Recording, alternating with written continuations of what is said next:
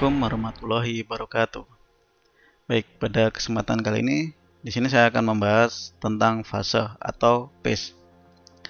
Jadi di sini ada sebuah gelombang sinus yang sudah saya bagi jadi beberapa titik. Di sini ada titik A, B, C, D, E dan seterusnya. Jadi kalau kita lihat fase titik A dan B ini berbeda. Di A berbeda dengan fase B, lalu fase B juga berbeda dengan C, dan C juga berbeda dengan D. Namun kita lihat A dan F ini memiliki fase yang sama. Fase sama disebut in phase, atau jika dalam besar nilainya itu adalah 0. Jadi A ke F ini, A, F, dan L ini memiliki fase yang sama, in phase. Lalu untuk A, B, C, dan D ini memiliki fase yang berbeda, dan E. Terus kita lihat di sini ada C, G, dan I. C dan I memiliki fase yang sama. Kalau kita lihat C ini ke arah lembah, menuju ke arah lembah, dan I juga menuju ke arah lembah. Jadi C dan I memiliki fase yang sama. Namun kalau kita lihat C dan G ini memiliki posisi yang sama. Jadi posisi yang sama namun nilai dari fasenya adalah berbeda. Karena C itu turun ke lembah atau menuju ke titik kesetimbangan, sedangkan G menuju ke titik puncak. Jadi untuk fase C dan G memiliki fase yang berbeda. Untuk melihat besar nilai fase, misalkan dari fase A ke E. Nah, di sini fase A dan E memiliki perbedaan, yaitu sebesar, jika kita hitung di sini kan 90 derajat atau pi per 2 180, dan di sini 270 derajat. Maka fase A dan E ini memiliki perbedaan fase sebesar 270 derajat. Dari fase ini kita juga bisa melihat bahwa untuk satu kali cycle, satu kali gelombang itu ditandai dengan bertemunya fase yang sama. Misalkan tadi ya A, ini fasenya seperti ini, lalu ketemu dengan fase yang sama yaitu F. Nah, ketika ketemu fase yang sama itu bisa dipastikan bahwa jumlah gelombangnya adalah 1. Untuk lebih memahami, kita masuk pada persamaan. Di sini ada persamaan X dalam kurun waktu tertentu. Itu ada A kali sin kali omega T plus minus. Nah, di sini simbol pi yaitu fase. Omega sendiri memiliki persamaan bisa akar dari K per M. Ini ya, bisa juga 2 kali pi kali F, di mana F adalah frekuensi. Pi tadi adalah fase. Fase ini bisa berbentuk plus dan minus. Di sini saya coba berikan contohnya agar lebih mudah dipahami. Jadi misalkan kita mempunyai sebuah kurun waktu dari 0 sampai, nah kita berikan intervalnya 10 pangkat minus 2 misalkan intervalnya sampai dengan 10. Jadi ada kurun waktu 10 detik. Lalu kita berikan untuk frekuensinya sebesar 0,2 Hz dan amplitudenya sebesar misalkan 0,01 meter ini dalam displacement. Nah, kita mempunyai rumus omega tadi, omega dengan 2 kali pi kali F. Agar mengetahui bedanya, di sini saya buat dua buah gelombang. Jadi pertama, nah di sini untuk fasenya saya buat 0. Jadi kalau 0 tidak perlu ditulis. Untuk fase yang satunya, sini untuk gelombang satunya ini saya sebut akan X2.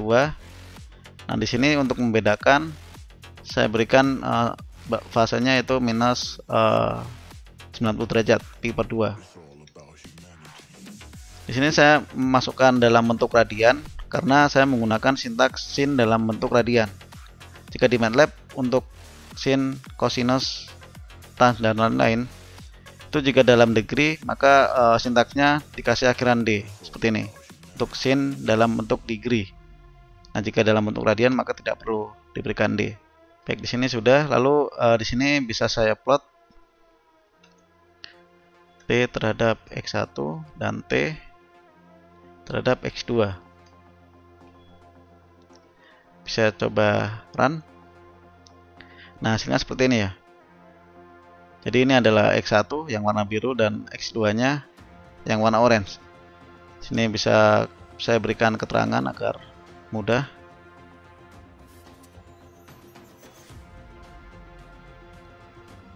Nah, di sini X1-nya yang warna biru dan X2-nya yang warna merah, orange. Nah, di sini kita juga bisa memberikan tambahan untuk garis ya. Saya upload lagi sebuah garis. Perhatikan untuk sumbu X-nya dari 0 sampai 10. Dan sumbu Y-nya berarti di sini adalah 0 dan 0. Kita cek.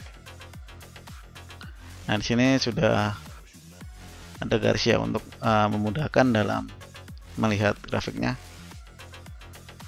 Karena di sini warnanya biru, saya rasa kurang cocok, maka bisa kita rubah warnanya.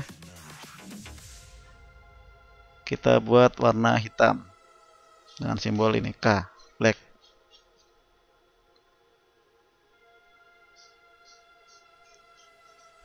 Nah, jadi seperti ini ya. Nah, kita kembali ke gelombangnya. Jadi di sini tadi fasenya adalah 0. Jadi membentuk gelombang sinus omega T. Maka gelombang normal, jadi gelombang sinus normal dimulai dari inisial T sama dengan 0 menuju ke puncak lalu berosilasi jadi sinus normal. Untuk yang gelombang X ini ya, yang persamaan X2. Jadi ini kan saya berikan fase sebesar minus pi/2. Jadi gelombang ini ketika saya memberikan minus, maka berarti gelombang tersebut ditarik mundur sejauh 90 derajat. Jadi tadi kita bayangkan gelombang yang warna biru kita tarik mundur sebesar 90 derajat, maka jadinya yang warna oranye ini. Bentuk pola yang gelombang kedua. Misalkan saya ingin tarik lagi sebesar 90 derajat, jadi totalnya 180 derajat fasenya.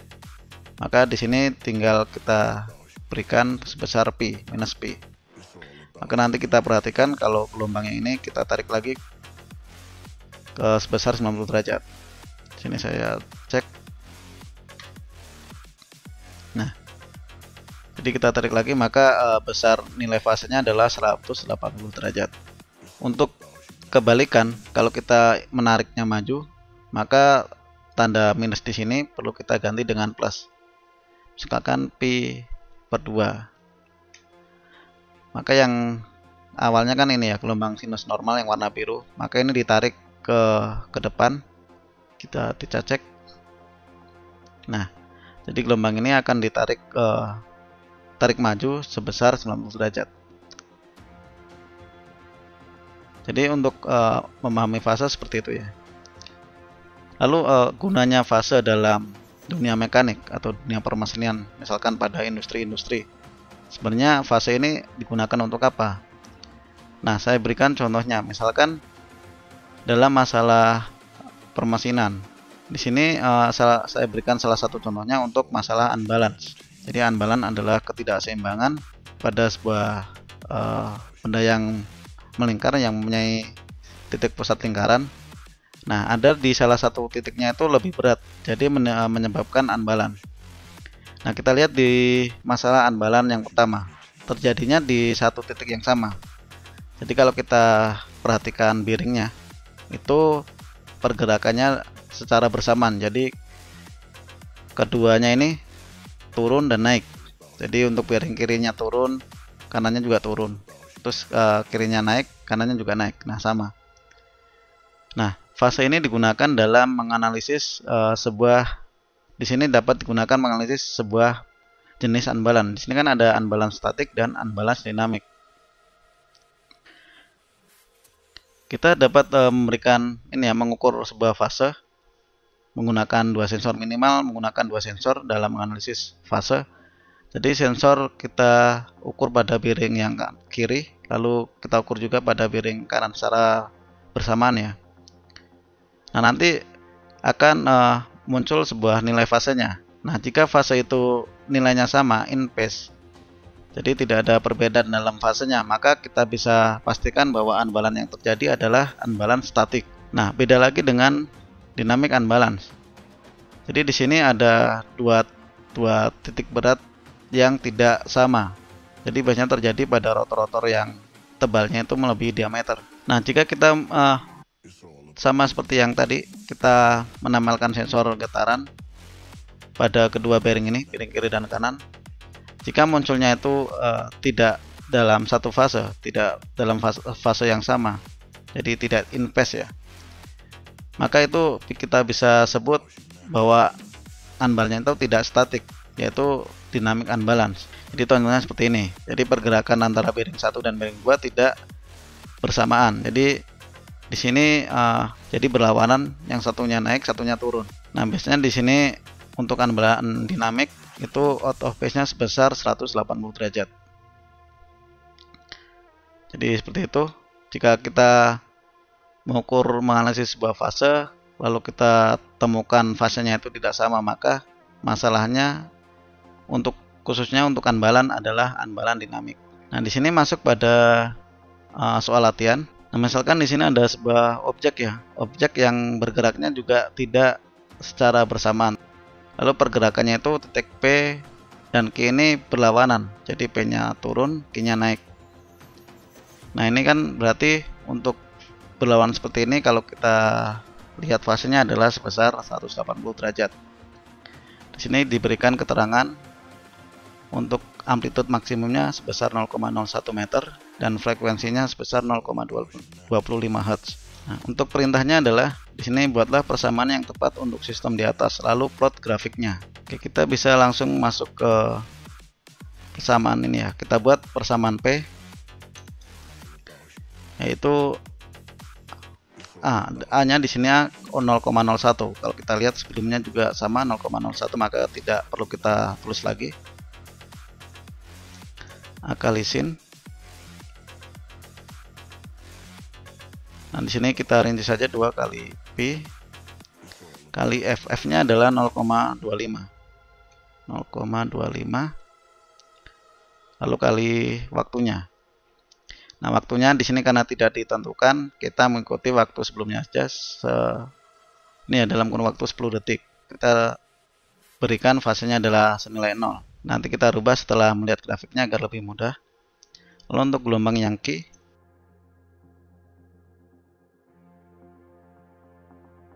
lalu kita plot T terhadap P dan T terhadap Q.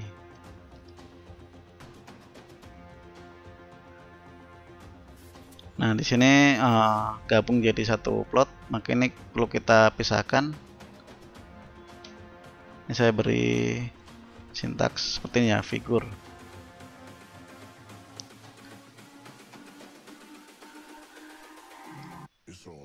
Ini juga saya berikan.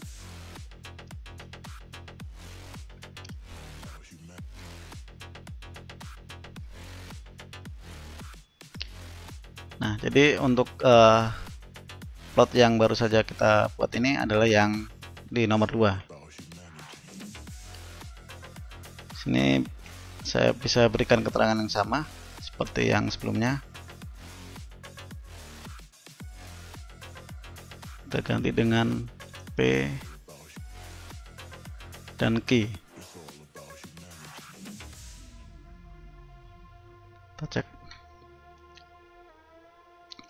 Nah, untuk P warna biru, Q warna orange. Di sini tidak terlihat karena di tempat yang sama terjadi penumpukan.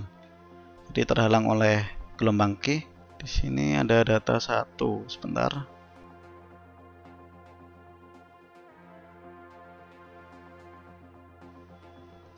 Nah, jadi seperti ini ya. Ada data P, Q. Sekarang kita sesuaikan. Jadi pertama kan P. P ini kan harusnya ini pada inisial kondisinya pada T sama dengan 0 itu dari bawah menuju ke titik kesetimbangan. Jadi harusnya dari sini menuju ke sini. Maka untuk gelombang ini perlu kita tarik ke depan atau kita tarik ke belakang ya, sama saja. Bisa kita tarik ke depan sebesar 180 atau kita tarik ke belakang sebesar 90 derajat. Maka misalkan saya tarik ke belakang sebesar 90 derajat, maka ini saya berikan sebesar minus pi per 2. Kita cek. Nah, di sini maka kalau mengacu pada sini, pada objek ini, sistem ini, jadi gerakannya dari bawah, dari lembah menuju ke titik kesetimbangan lalu ke puncak. Nah, sudah benar ya. Lalu untuk yang Q di sini dari puncak. Yang Q ini harusnya kan dari puncak sini lalu menuju ke bawah. Pada saat T sama dengan 0, maka ini perlu kita tarik juga ke depan. Kita tarik ke depan, tarik maju ya, tarik maju sebesar pi per 2. Oke, ini kita bisa berikan tanda plus pi per 2.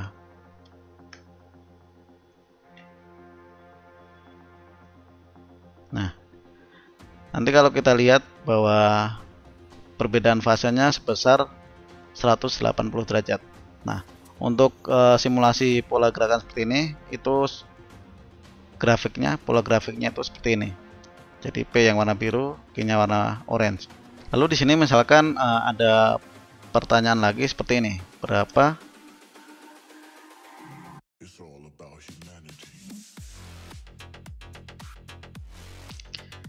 Nah, kalau kita mengacu pada grafik, jika melihat pertanyaan ini, jadi pada waktu 1,39 kan kira-kira ada di sini ya. Dan untuk di sini tanyakan adalah yang Q, titik Q. Maka mengacu pada grafik yang berwarna ini, gelombang yang berwarna orange. Kalau kita lihat, maka kan sekitar di sini berarti sekitar sini. Nah, harusnya nanti nilainya adalah, kalau mengacu pada grafik, nilainya adalah negatif. Di sini kita lihat, kita bisa mengacu pada persamaan Q.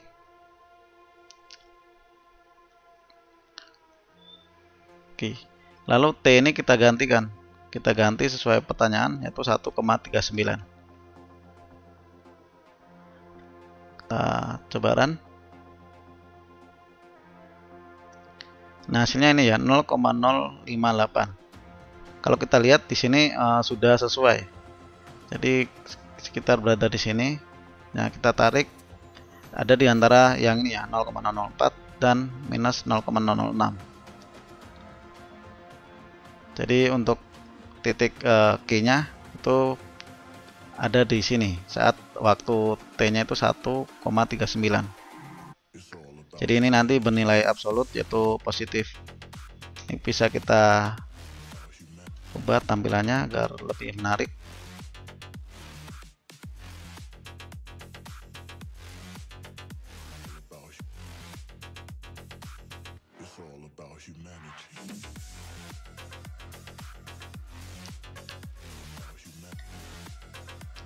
Nah, seperti ini ya. Jadi jarak titik Q dari kesetimbangan saat T1,39 adalah,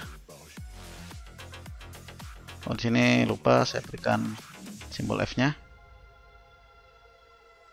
Nah, adalah ini ya, minus 0,0058 meter. Minus ini berarti berada di bawah titik kesetimbangan. Nah, jadi untuk materi fase cukup sekian dari saya. Jika ada pertanyaan dari teman-teman bisa ditanyakan di kolom komentar.